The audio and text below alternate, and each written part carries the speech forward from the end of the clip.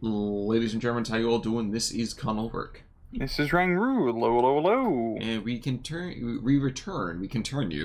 return to our continuing coverage over here of the Season 6 League Finals. We are on Slutsk East today. Rang, who do we have? Well, we have, of course, Nilla and Yuta the Fourth one more time, but what do they bring in now? We still have Axis and Axis, or are we on Ally v Ally now?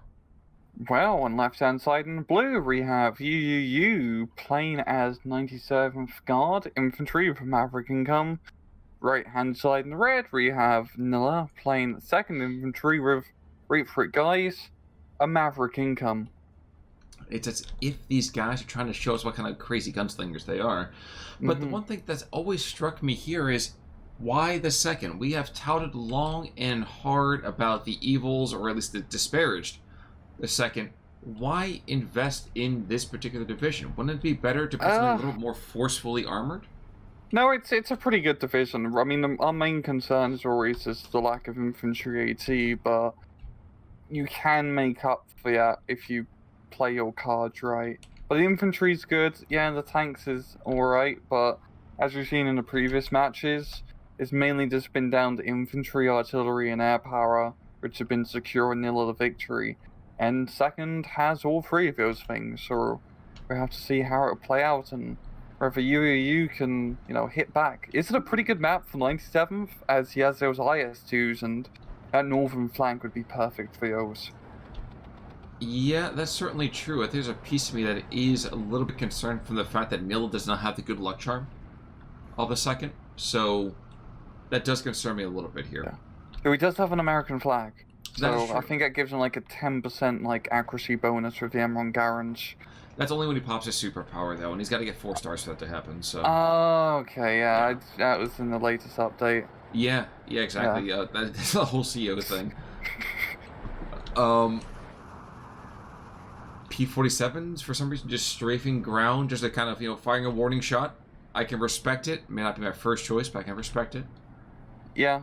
Definitely want to heed a warning when someone's shooting 850 cals at you, but we are seeing that off-map being dropped in that Nilla, trying to ward off UU's position on that hill, and I do like off-map. I'm wondering if he's going to be able to actually, push after it. He does have the Rangers nearby, so hopefully he does decide to mop up what's left with those troops. I'm conflicted about how I feel about the Rangers. I like the flamethrower. I feel like their range is a teensy bit short, but I guess they're good enough, Yeah, the Rangers are pretty interesting infantry because you got the dedicated CQC blokes, and then you got the better LMG teams, which are Bren groups, but actually good. It is very specialized, but if you get them into big firefights and high explosive being object raid, they don't have a very good time. Well, we are seeing that push that you had anticipated. Biggest thing that's going to hold them up right about now is that guard squad, the PTRD. Everything else is in kind of forced withdrawal over here. And we're seeing right now the weakness of the Rangers. Rangers can't do diddly squat, and they're not popping smokes. They're literally just taking rounds for no. There we go. There we go. We're seeing a 2nd off map from Nilla for the southern town position now. Bringing in an M10 tank destroyer, and he does have the Ranger LMGs on standby, so this could also go pretty well for him, considering just how clumped up UU's forces are on that southern flank. Kind of fascinated to see what happens to this T-34 hero coming in. So this is Alexander Oskin over here. He is going to go to this kind of reverse slope. Not the craziest of killer just yet, but there's an awful lot of things like these Ranger Marauders, so could be pretty bad pretty quickly. And the Shermans, of course, with their stabilizers, very good chance to get that first shot. But here we go. Both T-34s coming over the hill, and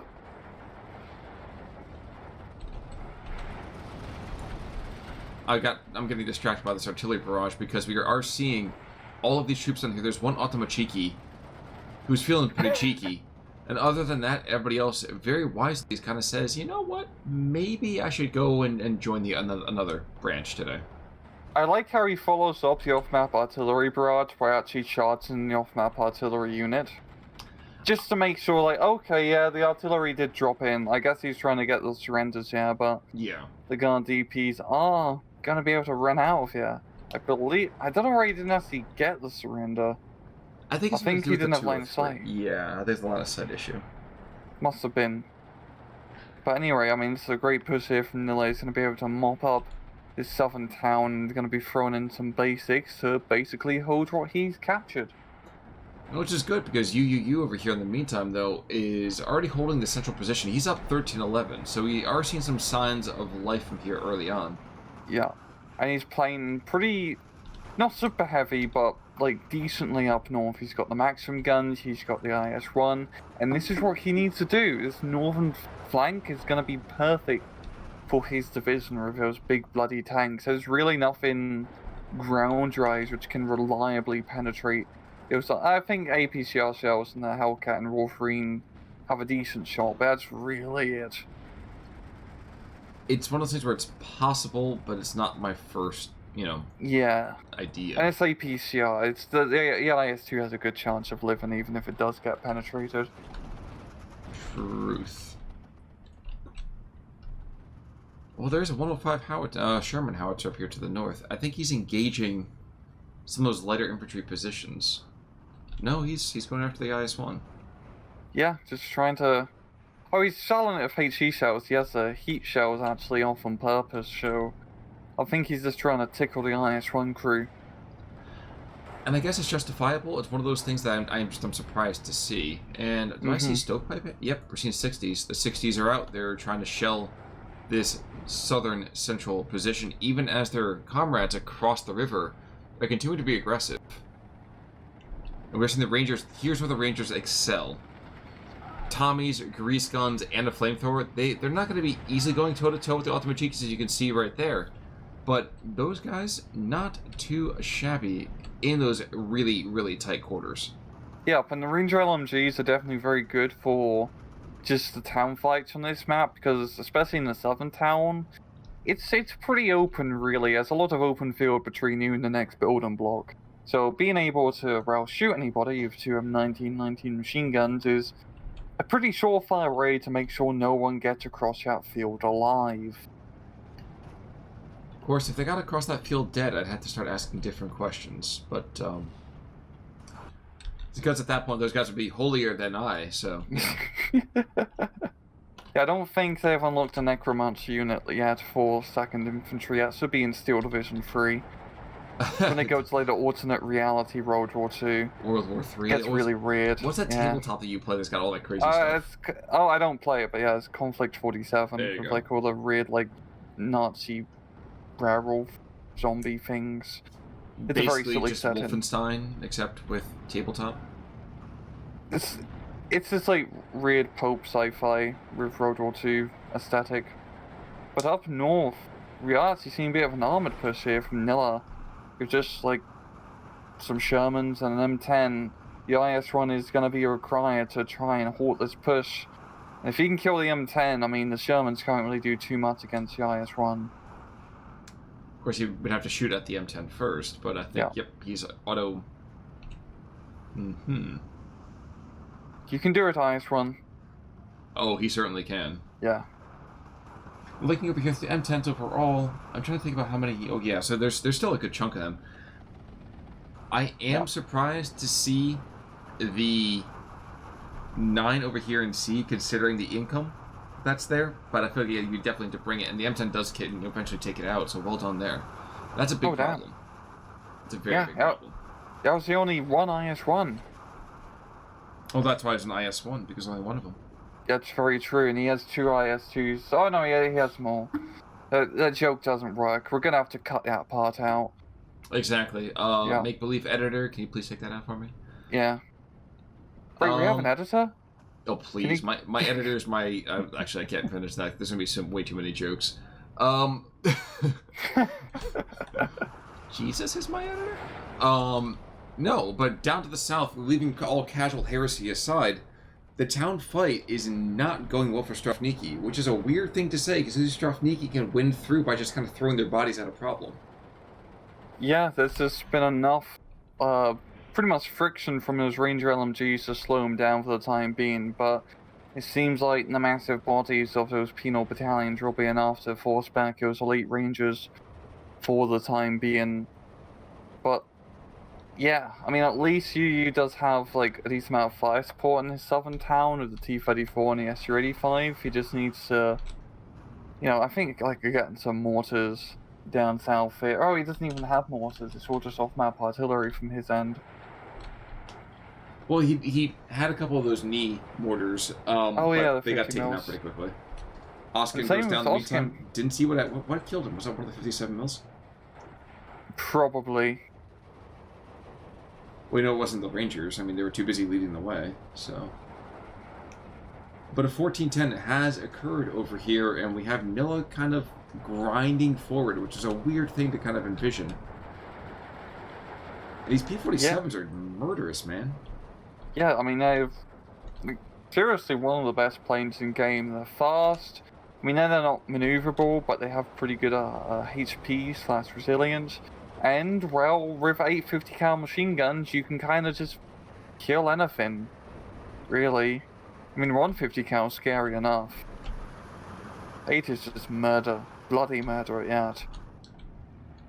Oh, the IS-2 up north, he's gonna get rocketed. And a bit of a miss. Those guys, unfortunately, I think he took a little bit of ground fire that caused some issues there. I'm actually watching the flamethrower troops over here starting to make s'mores out of, Samoviets. But, and it's weird because Automachiki is just... It's almost like rock, paper, Automachiki, but if you have an Automachiki, you beat everything. Like, rock doesn't take out Automachiki. Automachiki beats Automachiki. In a way, yeah, in a way. But if you can get that alpha damage of, like, the flamethrowers or satchel challenges, the Automachikis do have a bit of a harder time. Especially if you do get, like 2 to 3 flamethrower shots and 1 Automachiki squad. True.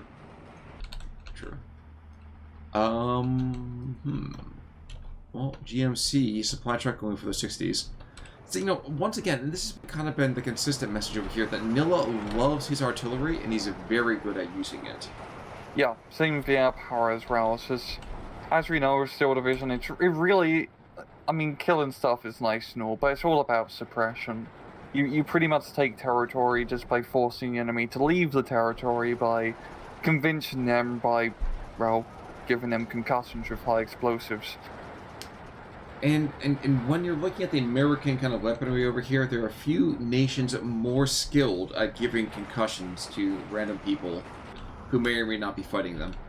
Yeah, I mean, the sports are full of it. Exactly. I know, I'm happy you said that, because it finally proves my point that the U.S. has declared war on all national football players since the invention of that weird sport.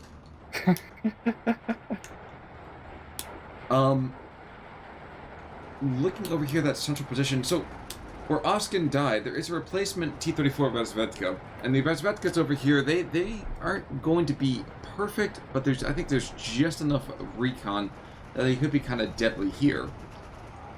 Indeed, and just enough flying support. I think he's a little bit scared of moving anything over that hill just because of potential anti-tank guns. But as we've seen in the central position, there's not a whole lot of anti-armor here from Nilla. And as we know, if he was to bring up a T-34, there's nothing that can kill it. Of course, with 2nd Infantry, not many infantry anti-tank weaponry, so it's this kind of an engagement area where he needs to be taking advantage of his tanks. Yeah, I definitely agree. And what's more, yes, he may not have the pure penetration power over here that the M10s do. But he's at the numbers, and I think the M10s have to respect a numbers game. They don't want to be engaging anything close to a fair fight, let alone an unfair fight. Yeah. I've seen a whole heap of, bombs being dropped down south at P-38 getting a pretty good hit. And Nilla once again going to be securing that southern town, but not with a whole lot. His infantry forces is pretty diminished, and he has the anti-tank guns, but the 105 is going to be mainly leading the charge here in his counterattack. Heck of a counterattack, though. Yeah. And we're going to see a counter attack here from UUU with that off-map artillery down south, and he has to do a pretty good job of hopefully killing those anti-tank guns. Because if he can just, secure the tank game, UUU would be in a pretty good position. True. I'm trying to take a look over here. Oh yeah, I forgot this. I always misplace the numbers of the second anti-tank positions. I always forget that there's literally only 3 of them over here. Outside of that, couldn't tell you for sure. Ooh, yeah. And the 105 Sherman is trying to engage this Su-85 as he plays, slow pitch softball and takes it out. Jeez. And then dies through T-3476. You think the Su-85 could just, reverse a little bit to the left? Of course not. No. No. Don't speak such silly things, you Canadian pig dog. Like, no, we don't worry about that stuff. It's like your joke of British musketmen, we take turns shooting each other, and it's like the gentlemanly way of doing things. I suppose it's true. I mean, I guess I hadn't ever really heard that joke before, and wow, that entire town has just... Well, there's not much of a town anymore, but you know what there is? Hellcats! Oh, hell. Oh, hell indeed. Being curious to see how he uses these Hellcats. They're definitely fantastic, aggressive units, and he is going to be aggressing them pretty hard in, but there's not much recon or infantry to back him up, and those Strelkovniki, if they unload, those Hellcats are dead. Yeah, they're dead. They're going to die. But the funny thing for me is that town, why are you fighting over the town? There is no more town. It's just craters at this point. It truly is. Yeah, and he's actually going to back up the Hellcats completely, and I know, they're probably better served in the center or northern position where you can actually stretch your legs a little bit. It's more like a snipey kind of thing? Yeah, and just, going around big flanks. Like, a Hellcat rush all the way in the far north here would work wonders, as you definitely need that speed to take the enemy by surprise. Well, there's still an IS-2 up there, so right now that's not the first place I think I'd be going. Yeah, and that IS-2 is just as long as you can keep up the anti-aircraft fire, there's nothing that can kill the IS-2. That is true, except for a dose of late-stage capitalism. Yeah. And I don't know when the next attack of that's supposed to be. Yeah, it won't be till 1991, so they have a little bit of time. Good point. There's enough selenium to hold out until then. Here's the Stalin tank. It's true. True, it's the name of the boss, man. Yeah. Take with Nikki falling back right into this mortar play. Ugh, that's gotta hurt. Yeah. Poor play. UU has been fighting pretty desperately just to try to get a foothold onto this hill. And it's been pretty back and forth, but Nilla is just pretty much, keeping him off it, substantially speaking. Yes. UU makes a lot of push, but then he's forced back, and that's what Nilla really needs to do is just hold him here. Actually is a trove, and both sides could afford to make some sort of push. Actually, UU up north could probably capture that northern flag, just in the middle of that crossroad, which is a stupid place for a flag if he just moved up a little bit. Well, it's almost as bad as the fact that these guard DPs were aggressing on these flamethrowers in the basics, and the first impulse was, yes, I'm going to throw smoke down so they can get closer. Well, I guess you kind of want them to get closer so you can, flame them, really. That may truly be. I still would not be like, yes, let's go and toss out smokes to encourage these guys who can already see me to get even closer and engage me. I'll wait the minute. I'll wait for the smoke to clear. That's fine for me. I think right now this kind of pushing in here is a bit of a mistake, to put it mildly. Yeah, for the guard DPs, yeah. They're gonna get burned. Oh, yes. When there's smoke, there's fire. True. Oh, the IS-2 goes down. Finally, enough P-47 rocket runs is enough to blow it up. Wow, I wasn't paying attention to that even remotely at all. But there's two more P-47s that might be making a gun run at that 37 mil. Are they retreating? I'm a little confused here. Oh, nope, they're going in, stepping into an attack run. Yep. And we've seen the Hellcats coming in for a cavalry charge in this northern central position. Definitely a much better location for them. Yeah, but there's still not even a lot for them to worry about here either. So it's a bit of a mixed bag. Yes, sir? There's not a whole lot of armor targets for him to worry about, but, you know, back him up with some infantry to just rush in and capture some town positions. You can potentially flank around and kill some infantry and anti-aircraft units, which wouldn't be too bad. That is true. That is certainly true. I think this anti-air position is either going to be killed. Oh, it's very close to being killed. Looking all the way down to the south, what remains of that town is just more and more ruins. This is that nuclear kind of warfare that most people did not want to be dealing with. Fighting over these shreds of what used to be, you know, the college butcher, because I guess in, you know, Moscow they didn't have colleges there. Yeah, so the 1960s battle and the 1940s here, just complete and utter destruction. Rhino being brought in, that armor definitely saving its ass, yeah. Oh, absolutely. And does get the kill. Absolutely. But he can't be too plucky here. There's still 57 mils just twos. And those long barrels are ridiculous. Yeah. There's quite a decent amount of anti-tank guns here spread out from UUU to contain any major armor plays here from Nilla.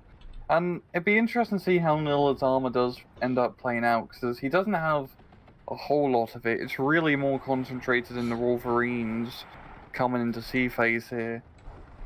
But he has been treating pretty efficiently, so I don't think he's in a terrible spot.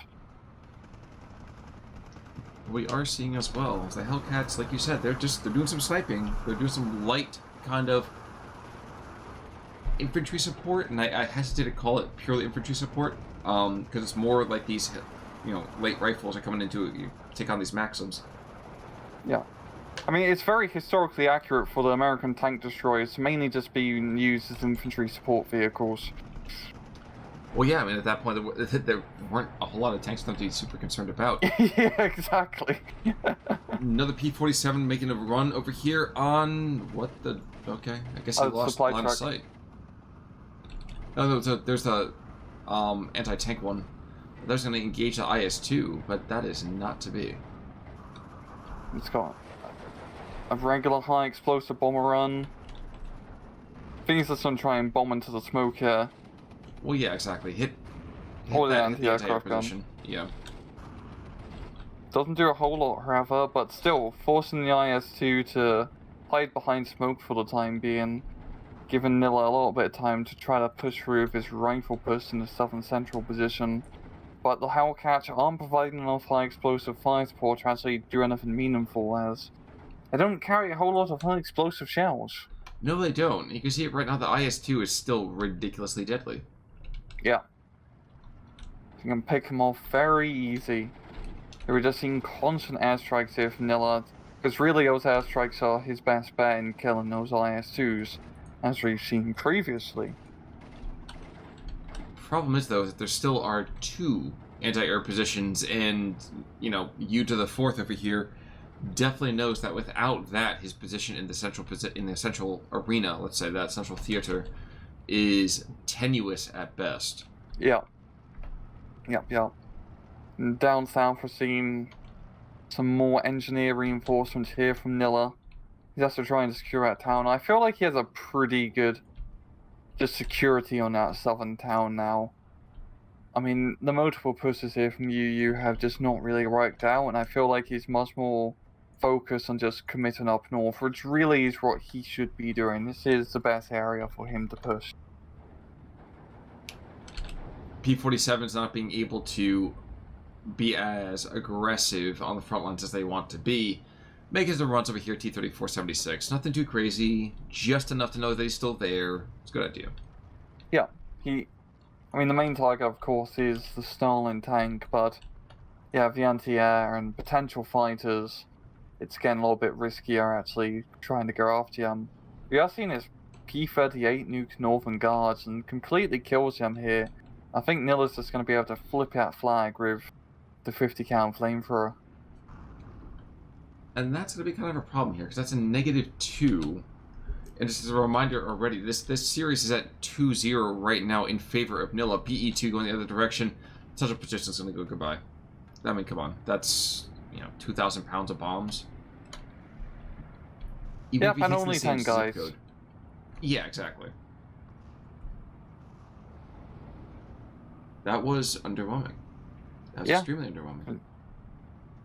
I do like the push of a T-34 to try and, get a few kills here and there, but he really needs some infantry to back up that push. He could have got like a few infantry units into that farmstead and actually control the position, but the flamethrower will still be there is only one guy, but still, one guy for flamethrower can be a rather nasty conundrum. True. That's an enigma wrapped in a flamethrower wrapped in a tinderbox, really.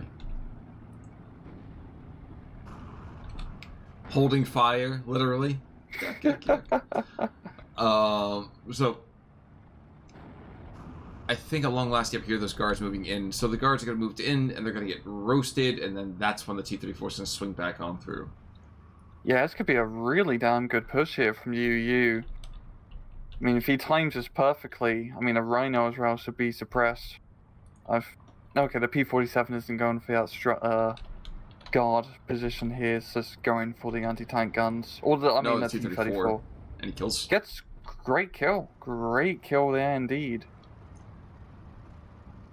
What's that barrage here? It's at it's 152. Oh, God. For what they're about to receive, ladies and gentlemen, may they be truly, truly thankful. Yikes. Gonna be a lot of explosives, yeah, but a lot of Nilla's infantry is more in the northern area of the forest, so he still will have at least a bit of a foothold. For now, yeah, sure. Yeah, for now. I also want to point out we got the Jeep 50 cal rush up north, which is ballsy to say the least. It's the wrong time for a lot of this, but a Mod Deuce over here, the 12-7 is not going to do a whole lot. Yeah, about 45 mil definitely coming in clutch. But even then, I mean, Nilla still has that flag under his control. Of course it's going to be in clutch. Those Jeeps are manuals. Oh, that's a very good point, Khan. It's a very good point. I do what I can. Engineers and rifles over here, down to the southern side. Yeah, these guards are eventually going to flip it, but it's not because I have overwhelming numbers. Indeed, if you look at the Americans are only slightly less numerous than their, communist opponents here. Which is kind of a weird shock. Yeah, especially in the infantry department. I mean, nice thing, of course, with the US infantry is everyone has a bloody Garand. Which even just means the basic, rifle troops do provide a pretty good amount of firepower. Definitely a little bit more so in, I guess the Guardiers do have the DPs, to be fair, but still those M1s are quite nice. And also, of course, Nilla just using those mortars and artillery pretty effectively. The fact that he's calling artillery down on his own troops kind of tells me what he thinks about the prognosis of those guard squads. Yeah. And this could be a more deadly strike now, considering Nilla's forces are more condensed in this one, but he really only has 2 potential guard squads to follow up, or 1 potential guard squad to follow up through to try and actually get this position, which isn't, a great counter-attack force. No. No, it is not. P-47 flying cap, really overall, I'm waiting to see when it starts trying to strafe everything again, but, for the time being, it's 13-11. No one needs to really kind of rush through stuff. We're just kind of taking our time. Yep, Nilla just getting that nice and steady plus 1 point advantage. I mean, UU still has opportunities, of course, to push on through. The IS-2 up north is alive and healthy. It's just trying to find an area to push. I mean, really where the flamethrower squad is in the southern, northern central position would be the best bet, and then potentially trying to get the next flag just down the road. True. It's a pretty, flag-rich area, and with the long-range firepower of his tanks, that would be a very good idea. The mortars aren't quite taken out. I always forget. I don't forget. I underestimate the amount of suppression that all of those tank-mounted machine guns can do. Just because I feel like, to a certain extent, like this, the Americans must have been the most anti-air focused. Like, again, ADA is on everything. Yeah. Mortars are going to get slaughtered here, though.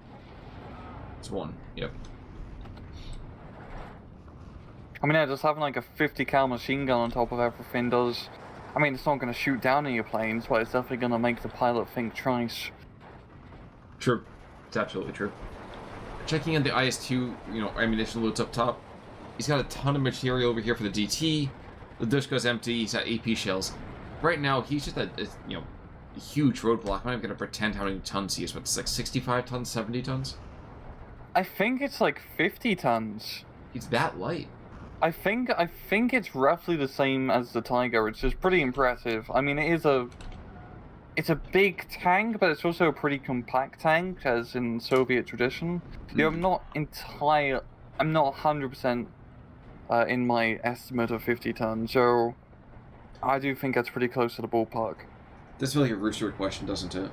Yeah, or just whoever in the comments wants to Google IS-2 tonnage. Yes, exactly. And then come back and tell us, Yeah. But yeah, I mean, it's good. I like the fact that it's so heavy in the first place, but its ammunition loadout, of course, limits its kind of tactical flexibility here. We can see the limitations of it right now. Yeah, we're going to be seeing a supply truck, a much-needed supply truck to give them some more high explosive cells for fun boom times, which is an accurate description of how the IS-2 shoots its gun. Just lots of booms. But slow booms, because of the slow reload. So it's more like the boom. Yeah. Seems more boom. Take out Desantniki over here to the south, going back through the ruins of that town. Again, admire their gumption, admire the thought process here. I feel like you had the right of it before. It's time for them to be way more aggressive to the northern side. This town is practically worthless with strategic ideas now. Yeah. I mean, you can at least get out one flag on the outskirts, but, I mean, throwing in these infantry, I mean, there's a bloody Sherman there and a whole heap of American troops dug in pretty well. He's just not going to make that much progress here.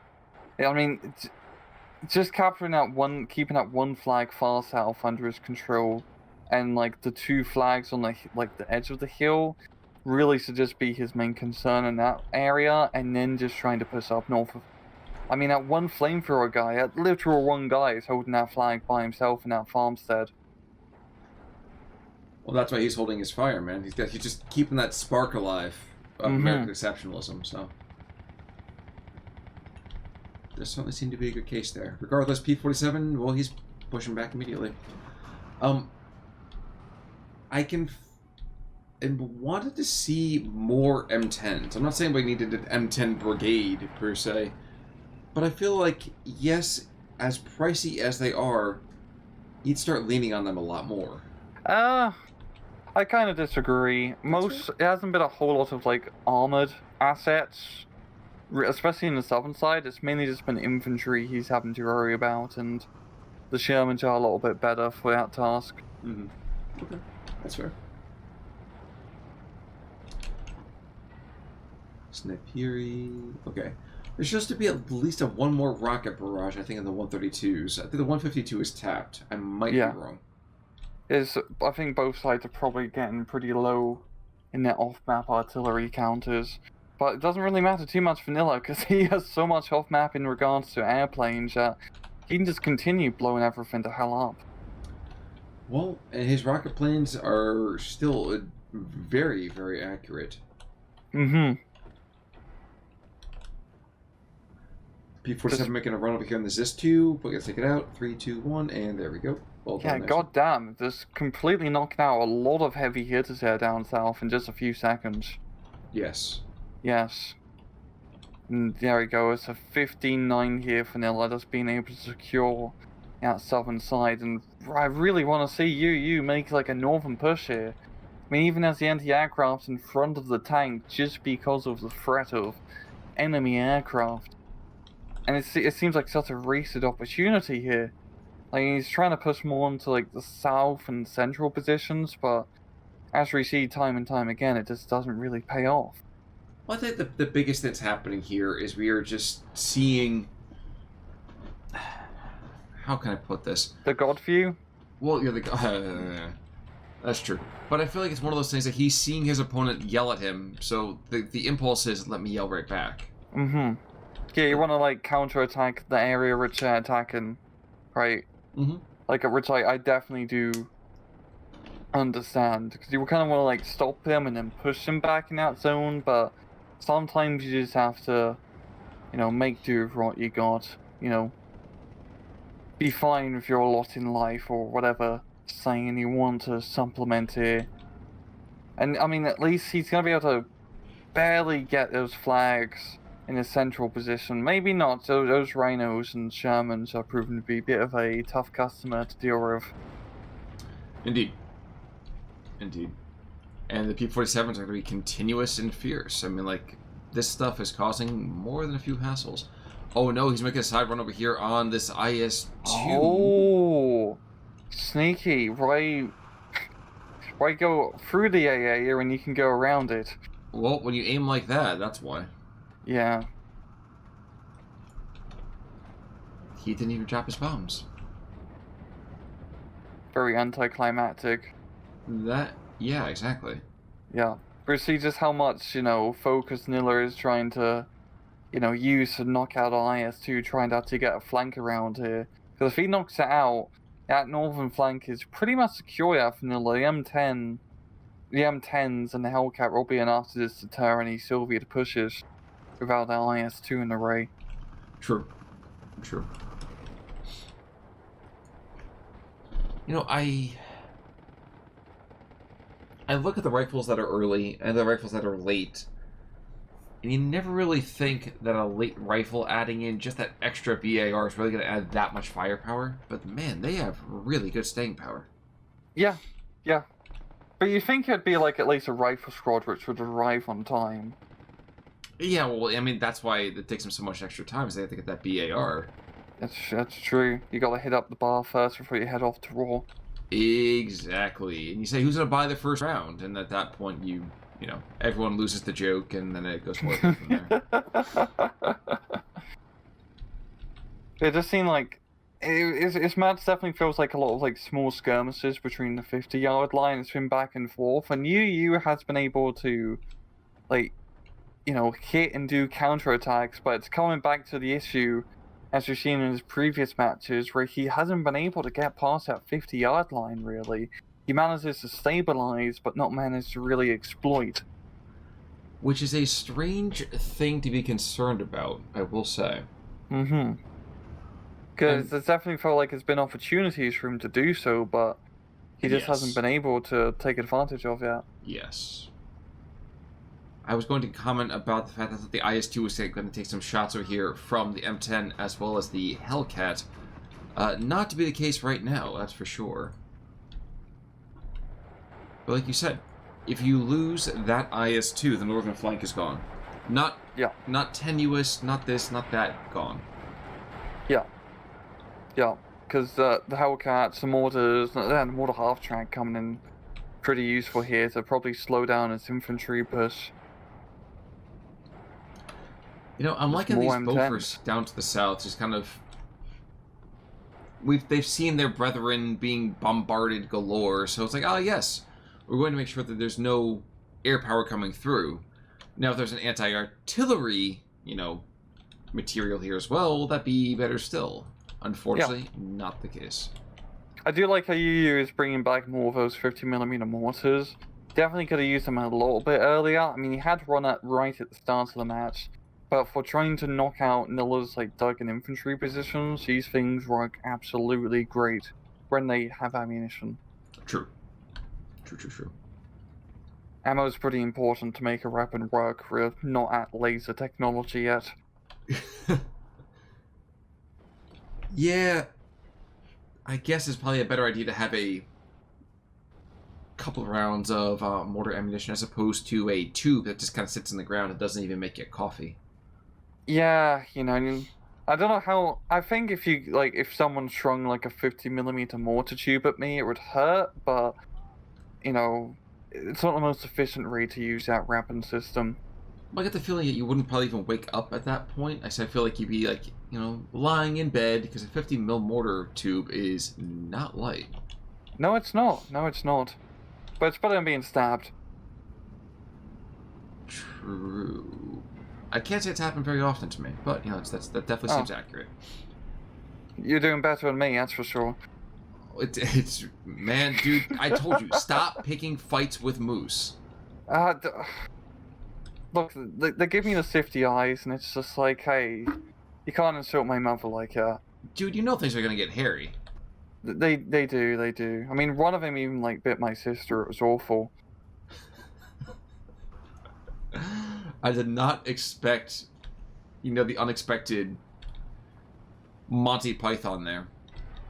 Although, it's alpacas too, isn't it? Maybe. I don't know. Either way, I will tell you that, moose, alpacas, basically anything that's got 4 legs is a little bit shifty. You gotta watch out for those guys. Yes. And Hellcats too. I mean, we're seeing in the central position as Hellcat doing his counterattack, suppressing both Guardian and Scrotch. We're seeing another push here from the Guardians, but it's not going to be enough. I mean, Nilla just has enough fire support, mainly the air power. All the IS-2 yes, he does go down to the P-47, and yeah, pretty much screws over any northern push. Does die in, with his victory, but still, that's definitely a raw trade. Well, and I feel like unsung heroes here, I think it's probably safe to say we probably could take this to a ×2. Sounds good. 4140.